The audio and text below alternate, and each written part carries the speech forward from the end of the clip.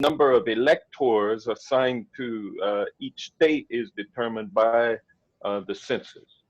Right, and therefore the impact on the Electoral College.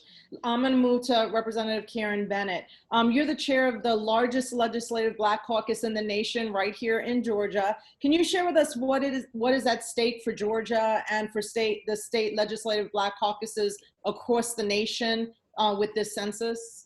Thank you for asking. Thank you for having me here, Mr. Reed, and thank you, Congressman Johnson, for setting the stage for this discussion. What's at stake is to make sure that we have the most accurate count here in Georgia. We know that there are legislative seats that will become available, but let me just pause and say that in the midst of this COVID-19 pandemic, we need to work and continue to work with organizations such as yourself to make sure that we are not distracted as a people and get sidelined, that the census count doesn't take a backseat to this crisis. And although this crisis is extremely important to the families that we serve, what it means for Georgia, Georgia as the country is quickly becoming a minority to majority populace. And in doing so, it becomes even more important that our communities are represented by those people who represent the communities. If that's not a double talk, quite often we find that due to the drawing redistricting of the lines, the members of the Georgia Legislative Black Caucus and African American communities and people of color have been sort of given a bad deal in terms of others drawing lines that malign us to continue to remain in the minority. What am I saying? I'm saying that it is important that all populations are counted so that they can have the representation that represents the various communities, rather than having others who don't have the best interests of those communities still represent them. There are things at stake such as healthcare, education, the ability to have economic security, food security, and as well as childcare. There's so much at stake, not just in Georgia, but across the country as we begin to get an accurate count so that the communities, regardless of what the communities are able to be represented by those who represent them. Thank you so much. We're going to move over to South Carolina and talk a little bit with Representative Moore. You were just elected in 2018, so you are a younger person and someone with your finger on the pulse of young Black America. So do you think that Black people connect completing the census with their own political power? I think first I want to say thank y'all so much for having me. I'm just humbled by the esteem of folks that are on this call. So I just want to say thank y'all for allowing me to share my thoughts. I think it's really young African Americans and Latinos, quite frankly, just have a distrust for government. And I think it's important for folks that are elected that represent our communities. We have to do a better job of outreach in creating trust. You know, look, so I'll tell you one of the first things I did, even running for office, I made an active decision to open up my campaign office in an active barbershop. And so for the first time, you had young African-American men and young Latino men going to a campaign office every day. And, you know, because what I wanted to do was really, really build up real trust in our communities that for too long have been marginalized. So I think it's challenging. You know, we talked a little bit about 2010, but let's talk about the stats. Almost 1 million, about 800,000 African-Americans weren't counted. About 7% of all African-American children weren't counted. And we know what that means as it relates to resources that are allocated to our community. So, you know, we have some real challenges here in South Carolina. The data that was given to us most recently is showing that South Carolina ranks as far as so far with census testing for 2020, we're number 41. 41 out of 50 states. So that's very challenging. When we know here in South Carolina, we've had, especially in my district, one of the reasons why I represent the people of District 15 is that we've seen an influx of people moving to South Carolina and moving to the Charleston and Berkeley County area. And if we don't get folks counted, people like me that represent the interests of all of us, we won't have enough representation at the state and federal level. Wow. Wow. That's, I want to congratulate you on opening up your campaign headquarters in a barbershop, just right there, because that's a great way to touch the pulse of people, young people, and just your entire community and build trust. And Fair Count has been doing a lot of things to reach into the community in that same way in order for people to, become more trustful of the census process. The distribution of the funds based on the census is a critical component of the process. More than $1.5 trillion in federal funding will be distributed every year for the next decade. Safety net programs like CHIP, SNAP, TANF, technology resources for our schools, Head Start, free and reduced lunch programs, Pell Grants, and numerous environmental protection programs and disaster relief are all going to be impacted. These are all dependent on the census, as are roughly more than 300 other programs. Representative Moore, I'm going to go back to you again. You're a chef. So you know about nutrition. The success of these programs speak to you as an advocate for better nutrition programs, as well as other assets like mental health programming in schools. Can you help us to connect the dots here about the census and food security, nutrition, and the success of our young people in schools? Well, I mean, you hit on some very important topics, especially as it relates to mental health awareness and wellness in our public schools. Is something that I've focused most of my first term on, and the direct connection with food insecurities. And too often in communities like ours, we're not getting enough nutritious food to our young people, and that's affecting the way in which they learn and also their overall behavior.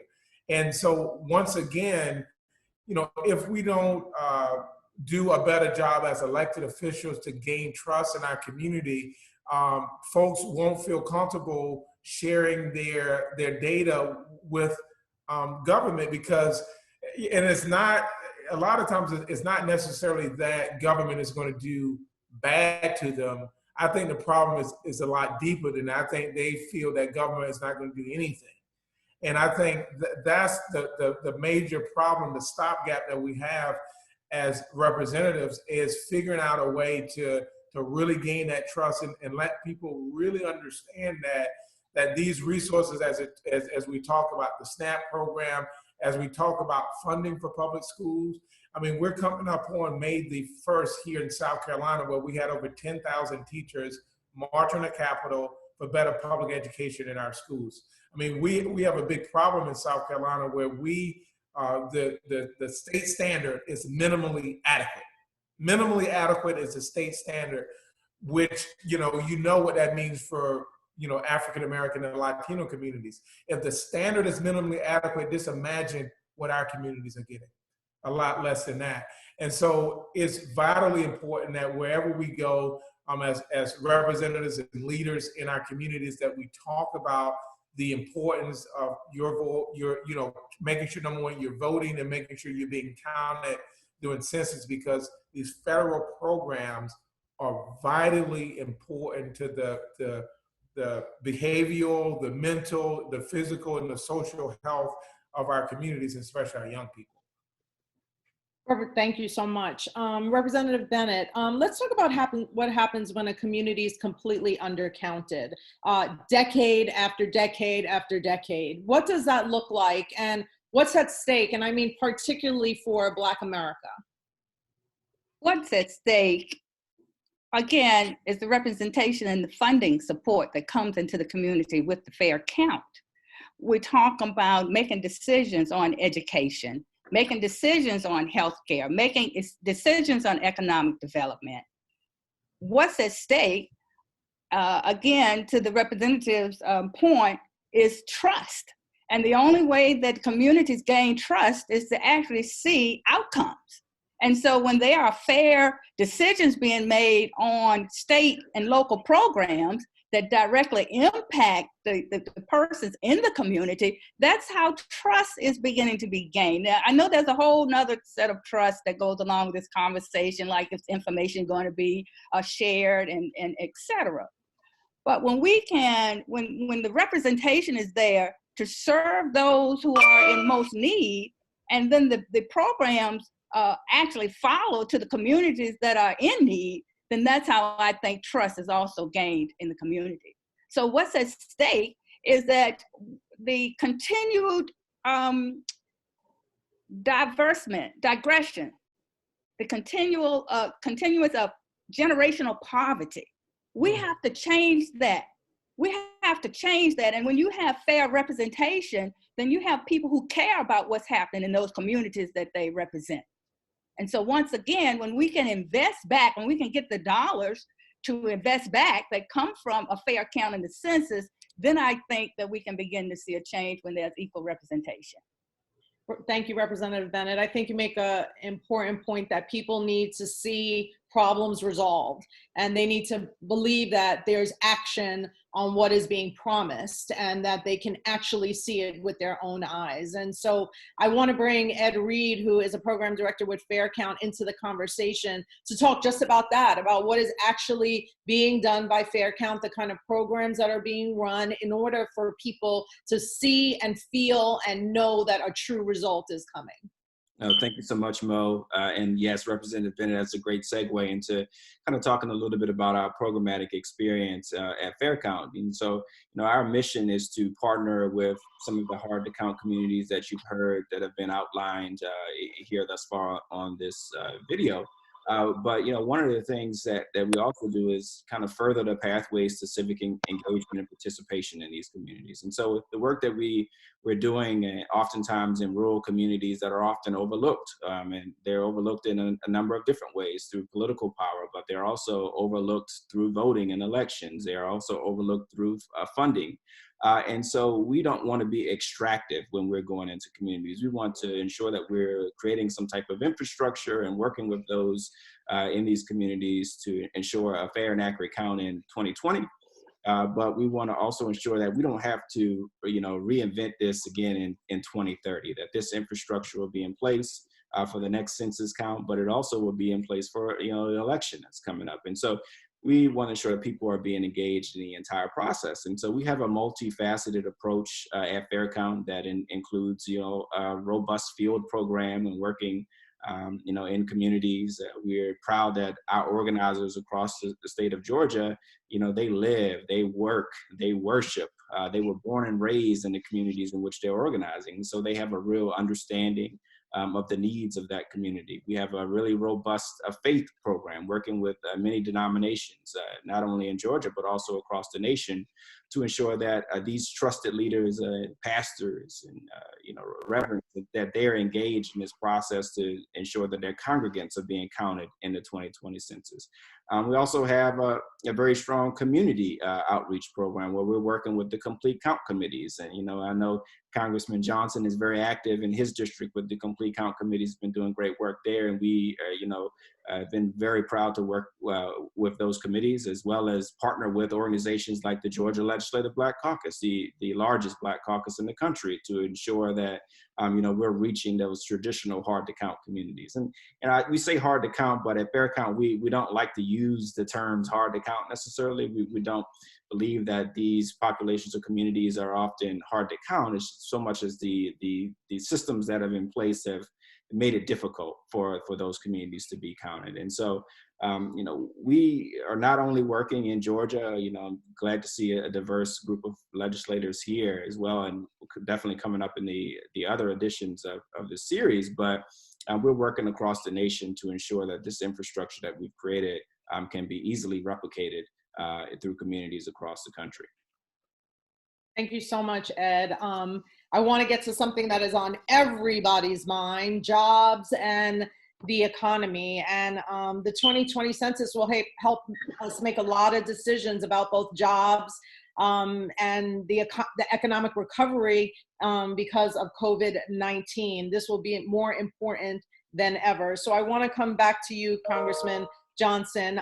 You know how important these dollars are that are coming down from DC and all of the intricacies involved. And you also know that a lot of decisions are being made on these numbers, like when companies should open up and what jobs will be around. Can you talk about the connection to jobs and the census and now sort of this recovery of everything that's happened with COVID? Yeah, when we start talking about community development dollars, community development block grants come down from the federal government to the states, and those development block grants are distributed locally. And all of that is based on the census, how many people are in that particular state. That determines how much money that state gets. And then with respect to each census tract in that state, the census tracts that report the most population receive the most money. That's just with various community development block grants. But when you talk about public safety money, when you talk about highways and transit, I mean, here in the Atlanta metropolitan area, our transit agency, MARTA, Metropolitan Atlanta Rapid Transit Authority, federal funding to that agency depends on how many people it serves. And so, of course, that's determined by how many people are living in the area. So all of these projections that are done, even when it comes down to how much money your state gets for federal highway construction and maintenance, bridges, tunnels, even in terms of broadband that may be advanced by or subsidized by the federal government in some way. They're looking at the number of people in those states, and that determines how much money you're going to get in that state. So the census is foundational and fundamental in terms of economic development. When it comes to highways, take for instance, who's going to get or how many jobs will be paid for as a result of the money that is coming in, and who will staff those jobs? It's the local people who are working on in construction that get those jobs. So the federal money ends up flowing all the way down to the streets and into the pockets of the people that are paying the taxes. And so it's just foundational. That money circulates through and within our economies, the state. And so the local economies, it comes down to and circulates within. And so all of the businesses that serve the workers who are working off of federal dollars to enhance the community. So it's just fundamental. The census and the funding that we all pay taxes. Those of us who are working, we pay taxes, and some of that tax money comes back to promote the general welfare. And, you know, we don't get our share if we don't answer up to the census. So it's very important. And I'd like to know what do we, if we don't say hard to count communities, is there a better moniker for that? But somehow we got to get across the message that don't be afraid or suspicious about answering up to the census, because that information is not shared with any other federal agency. It's not shared with law enforcement. It's not shared with child support. It's not shared with ICE. That information stays within the census department for at least 75 years before it would be released. And there are penalties involved for anyone who would release that information. So folks should know that their information that they give is secure. It's not going to be shared with local, state, or federal law enforcement agencies or any other agencies of government. So we need to get our money, and we get our money by answering up to the census. Congressman, has there been any, just out of curiosity, has there been any conversation of the census in relationship to what is happening with all of the dollars that are coming into our cities and our states because of the pandemic? Is there any correlation? Yes, I mean, it's no question that that the monies for the payroll protection program, the PPP, coming back. Formulas are put together based on state population. There's also some politics that's going into it too. I would be remiss not to point that out. Some of the red states with less population are getting more than other states that have larger populations that happen to be Democratic. And that's unfortunate, but we have a person in the White House who operates the administrative system, the executive branch, and they are making a lot of regulations and rules that are not to our benefit. And that's another reason why we, in addition to answering up for the census, we need to be getting out here and exercising that right to vote also, because that's one of the reasons why it has been a challenge for all minority people, dark-skinned people, people of color, to be counted.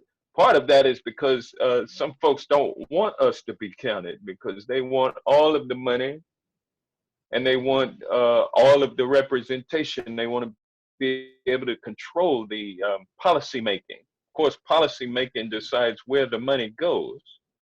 So, you know, we really have got to answer up on this census so that we can get the number of people in Congress who make decisions. Then, if we control the House of Representatives, as we do now, we control policy making in the House of Representatives. But we also need to get the Senate and the presidency, and when we can do that, there's a whole lot more we can do to advance our interests. But the census, again, is fundamental because it's dealing with the money and it's dealing with the representation. Yeah, we all know that the power and the money go hand in hand. And so that's why participating in the census and voting go hand in hand, one not being more important than the other, but both being equally important and necessary for everybody to do. Thank you so much, Congressman. I want to jump over to Representative Bennett. So many young people are leaving rural areas and moving into big cities. Many of the members of your caucus represent these rural areas. What does it mean for our rural communities to get a fair and accurate count? We know that the decisions that were made 10 years ago in the last census, we're seeing some of the outcomes of it now in terms of resources in the community. The decisions that will be made in this census will impact next and future generations. We've got two things that we need to consider.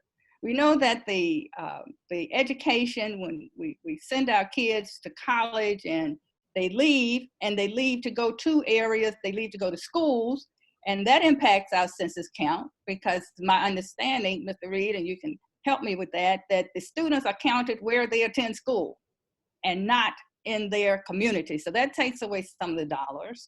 And then the jobs, we've got to do a better job as state and local electors as being able to provide incentives to keep our rural counties strong. We need to bring more resources to our rural counties. Now I understand that census brings resources from federal, but with the monies that we have, when we have a great representation, we can provide incentives to some of these rural counties. We're looking at things like education. We're looking at things like broadband. We're looking at things like workforce development. so that we can provide some opportunities for people to remain in their communities. Now, not everyone will remain there, but if we can increase those numbers to help with the census, it becomes it becomes a win-win. So again, getting back to representation, making sure that those decisions are made to impact the communities that you serve, and being able to provide some incentives to keep our young people where they are in the rural counties. Sure. Thank you so much. Ed, I want to point this question to you. Unfortunately, we know that young Black people are one of the groups most likely to be undercounted in the 2020 census. What are some of the direct results of that for young people, and how can those impacts be seen over the next 10 years? Yeah, it's a really good question. So when we think about, even down to Head Start funding and the number of slots that a community have, the census will, direct to those funding mechanisms. When we talk about Pell Grants, I went to college to a private institution, an HBCU, but largely on the backs of Pell Grants. And it was during a time when Pell Grants were cut at the federal level, and I had a lot of classmates who I started college with that I didn't end with. And so these have a real direct impact. I'm going to take the liberty to say maybe I am the youngest one on the panel here, but in 2010, I was a senior in college, and I remember completing the census. Now, if I had known what I know now back then, I would have been proactive and completed it, via the paper questionnaire, but or called in via the phone to complete it. But I actually had to wait until a numerator came and knocked on my door. But back then, as a senior in college, I didn't have a good understanding of what the census meant, what the impacts were for my communities. I grew up in a very rural community, attended college for 4 years in a very urban community. I would have loved to have gone back to my community, my hometown, to work, live, worship, but the economic development opportunities were not there. And so when we can connect that with the census as well. And so I think Representative Bennett is spot on with a lot of the rural communities who, they don't have the economic, development opportunities. One of our organizers on the ground, they, came across I think the best example in terms of economic development, but there was a grocery store chain, a national grocery store chain that was looking to, move into communities across rural Georgia. And of course, they looked at census data to be able to depict that. And this particular community did not have a large chain. In fact, it was a food desert. But they looked at the census data, they saw the population trends, they saw what was going on with the population, and they decided ultimately to build that grocery store, which has had a tremendous impact on that community.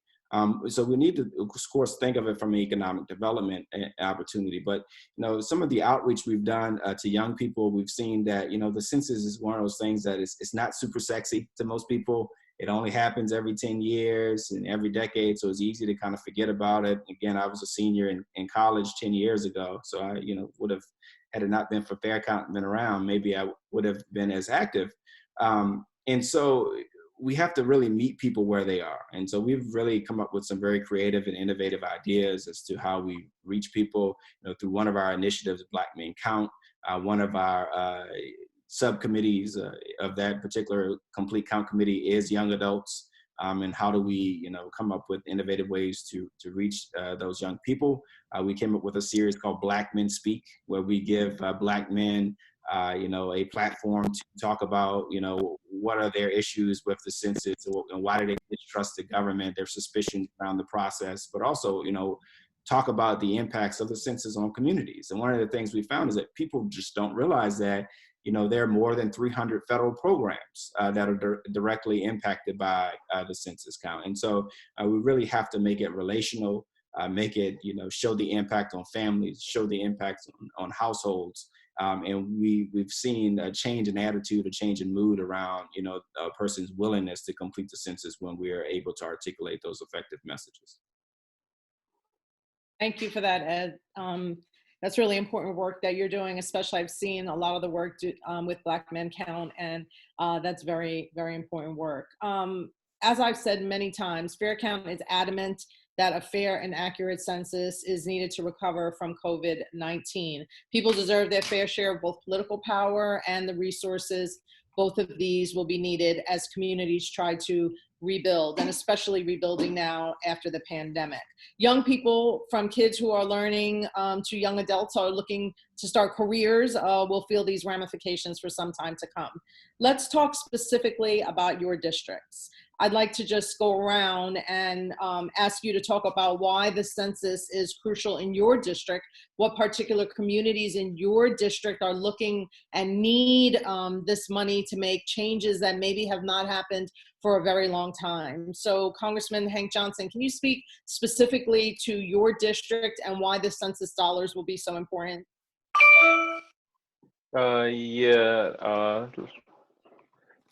You know, it's this the 4th congressional district of Georgia is a district that is considered to be one of the wealthiest, or to have as its base one of the wealthiest African American suburbs or counties.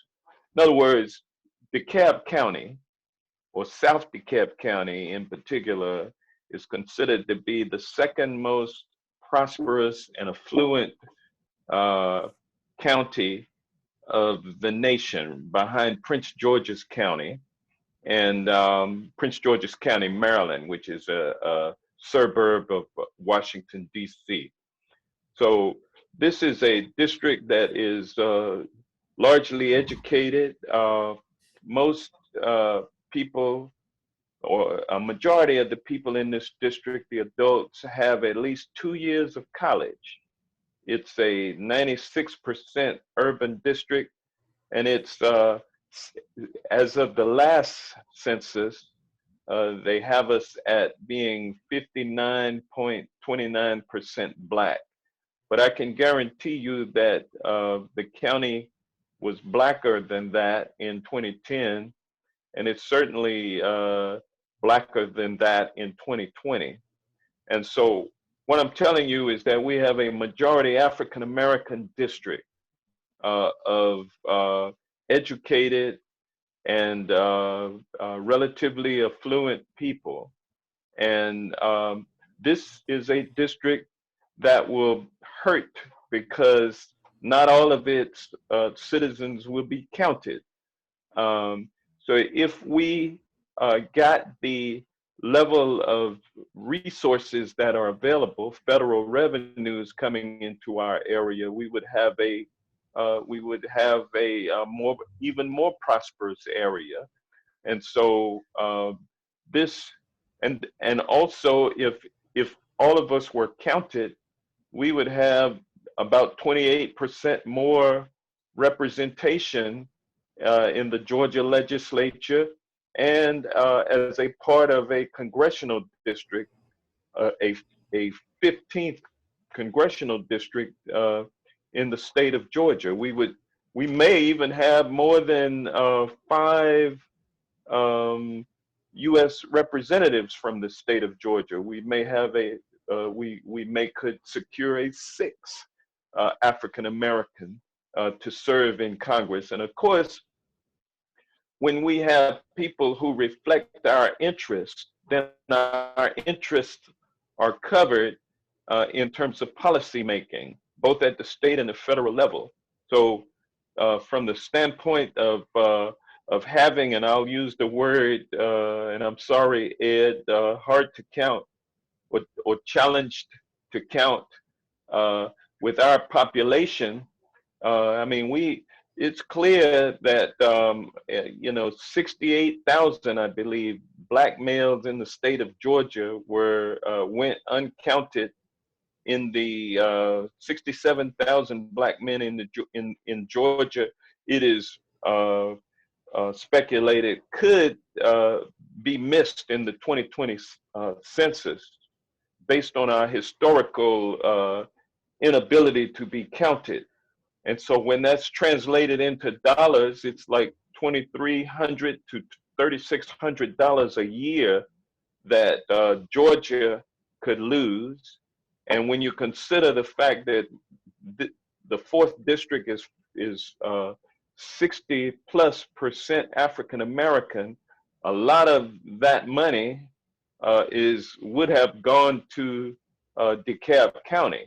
And so it really means a lot that we get the count right this year, that we have as we have the greatest accuracy with the count than we've ever had before.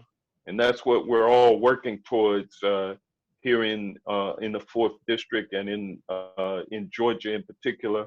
And that's why I really have to, again, take my hat off to the folks at Fair Count and for the work that they're doing to make sure that we achieve a accurate and full result. Thank you, Congressman. We'll hop over to South Carolina and talk to Representative Moore and tell us what is unique or what is so important to be accomplished in your district.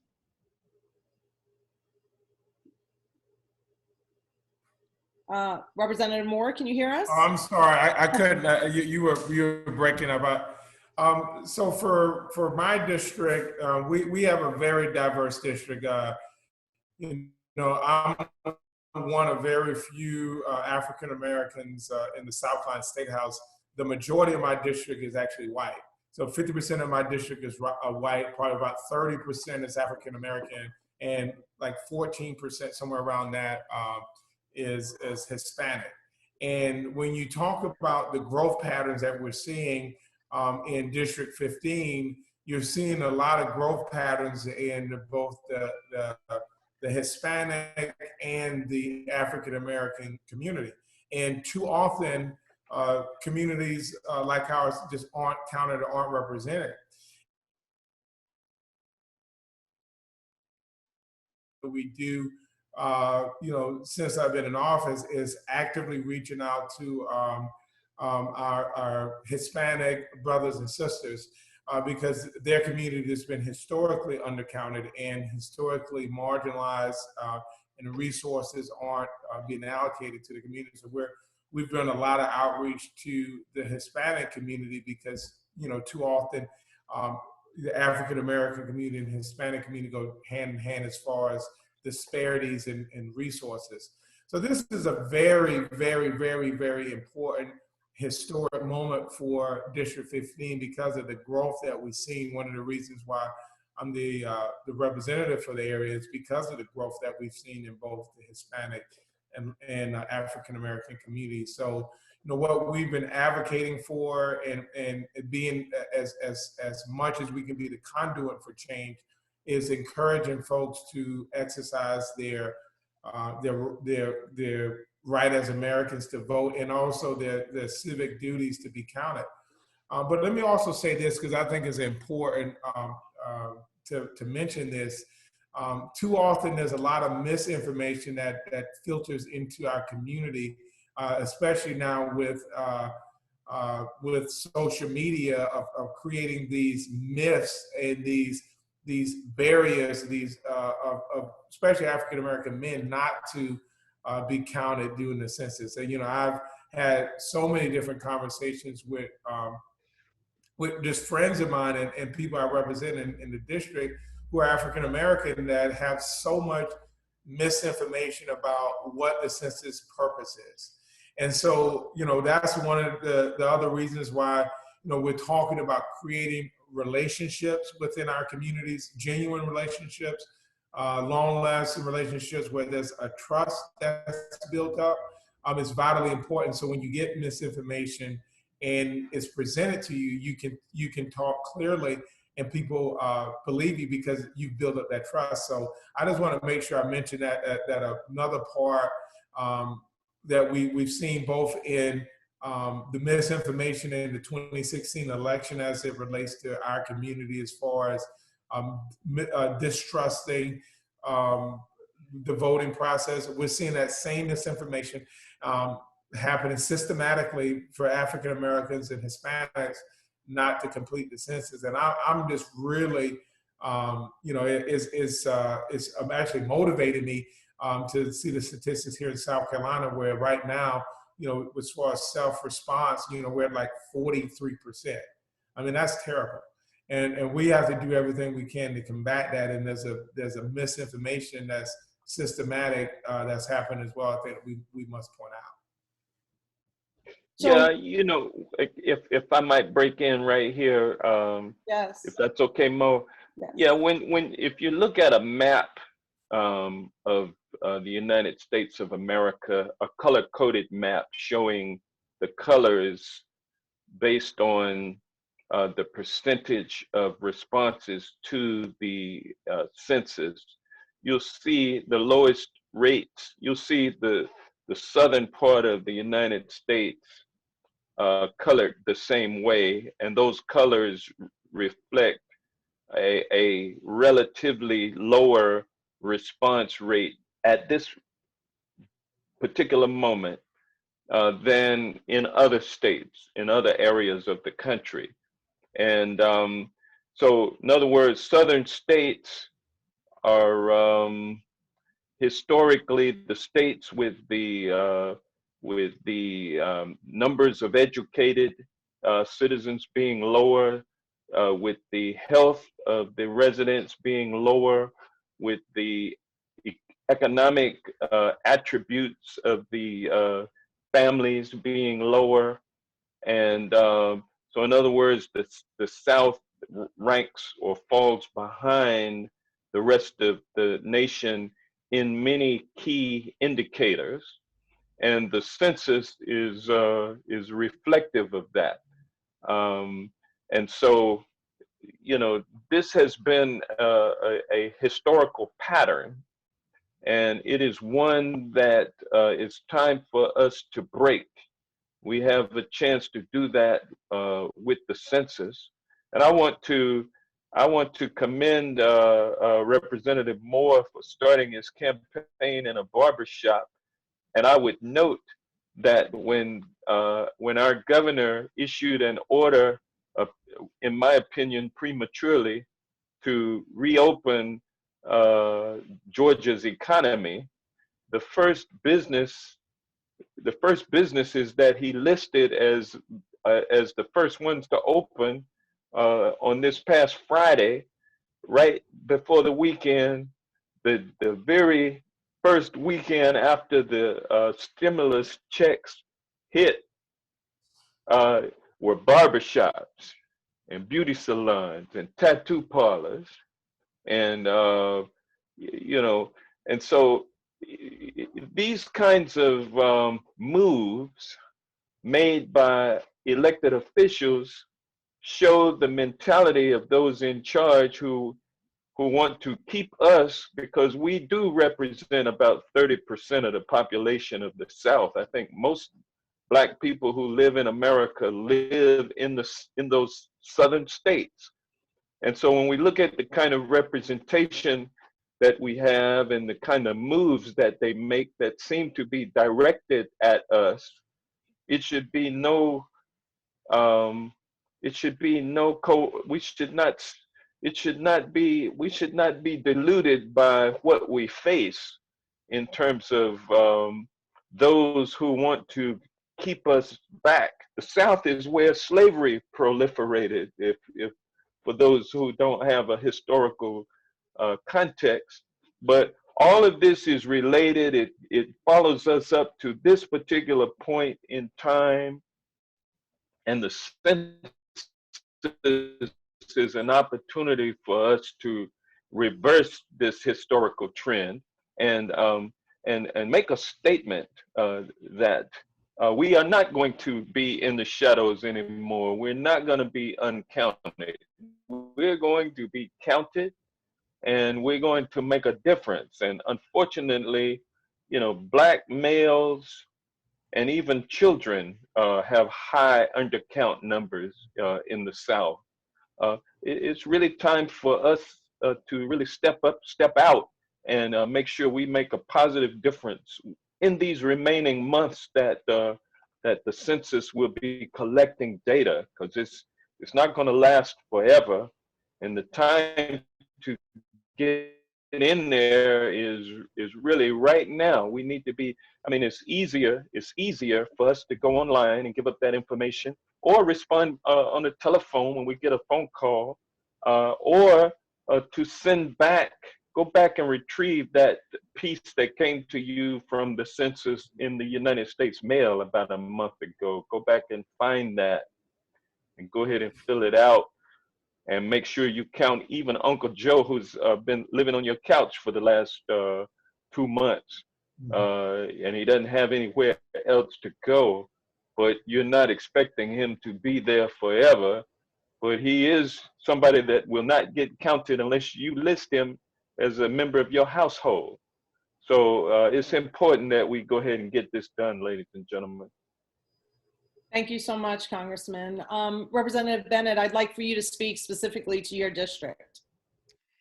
The largest reason for District 94 to vote is residing 1600 Pennsylvania Avenue in the White House. Our district, my district, is continuing to fight for the elimination of food deserts. We had a local community hospital that has been closed or relocated. Our schools were one time targeted on the list of non-performing schools. My district is one of the highest voting blocks in the state of Georgia.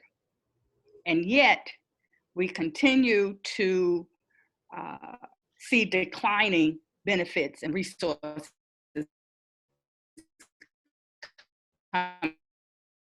into our community.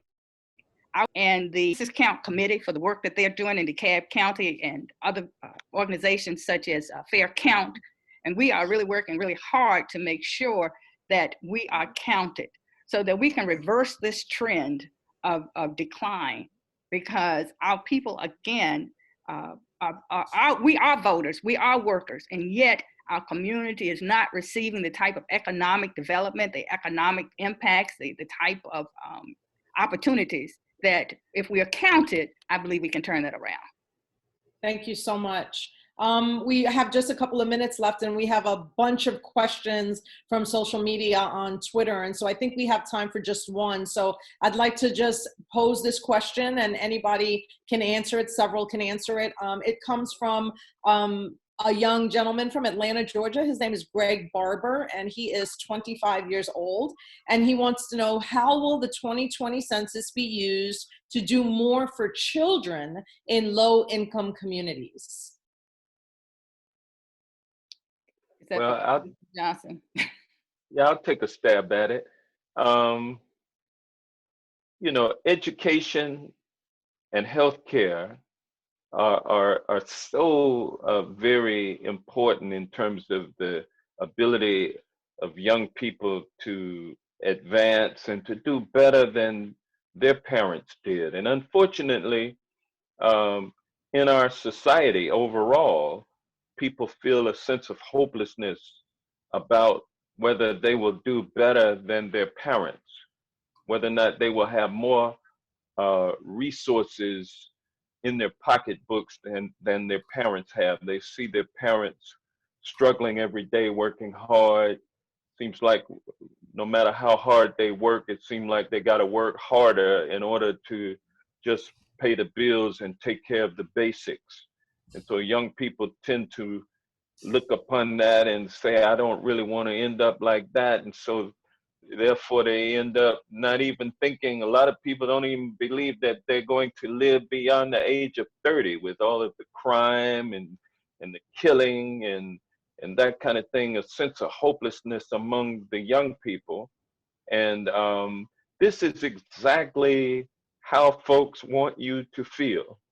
This is exactly, we playing right into the playbook that has resulted in us being in this condition that we're in, 140 plus years past slavery, 160 years actually, 150 years past slavery. You know, here we are, we've elected a Black president, not once, but twice, but people still look and say, what does it really matter? And it matters so much. Politics opens up economics, and the vote is how we influence politics. And so it's real important that while we are using that vote, we also are being counted, that they know exactly how many of us are here in this country, so that we can get the resources that we paying into. We need to be able to get that money out, back flowing through our communities, and we need to be setting the policies that result in good health in our communities and education that enables us to advance to see the future before the future actually happens and actually create the future. We do that through education. We're in this information age now. We're no longer in the industrial society, which transformed the agrarian economy that existed in the 17 and 1800s, and then the 1900s, the industrial making stuff. And now we're in the information age. Education is so important. Dollars for public education. I mean, this is a part of public policy. And so when we count, and when our numbers are there with the census, and we're also voting commensurate with our numbers, then we are setting the policy and we're changing the course of the future, so that it benefits us as opposed to keep us in the same state that we've been in for the last 50 and 60 years. So thank you.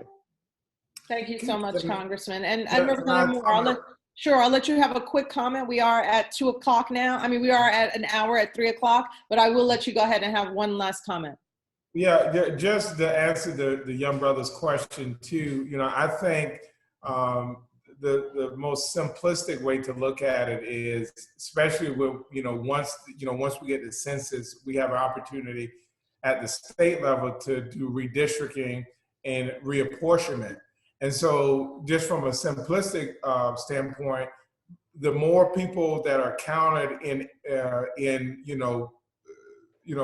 rural South Carolina or urban South Carolina that represents us, African Americans, we have an opportunity to elect more people that look like us, that will share in the philosophies of better educating our kids and making sure our kids have the needs that they want. So it's just very important. Representation is what the census represents. Thank you so much. And I see Representative Bennett wanting to say something to end this. So would you please go ahead? I want to give you that opportunity. Thank you. I just wholeheartedly thank you again. And representation leads to resources. Policymakers would then be better enabled to bring those resources to the community. That is wonderful. Thank you so much. And thank you, Greg Barber, for that question. And think about a 5-year-old whose parents participate in the 2020 census will be affected by those dollars in their education all the way till they are 15 years old, when will be the next opportunity that they would be able to be counted in a census. So it just is so important. There you have it. Thank you so much.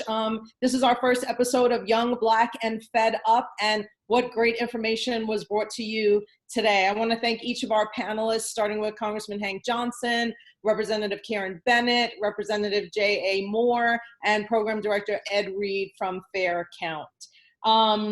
Thank you, audience, also for joining us on Facebook Live and for presenting all of your questions on social media. And we hope to be able to answer many of your questions. If we didn't get to your question today, please check back in the comments and put your question right there, and we will get an answer to you. We hope all of you will continue watching from home and on your phones, and join us again next week right here on Tuesday, May 5th at 2 p.m. for the next episode. Until then, please follow us at Fair Count on both Twitter and IG, and you can also pose any questions for us there.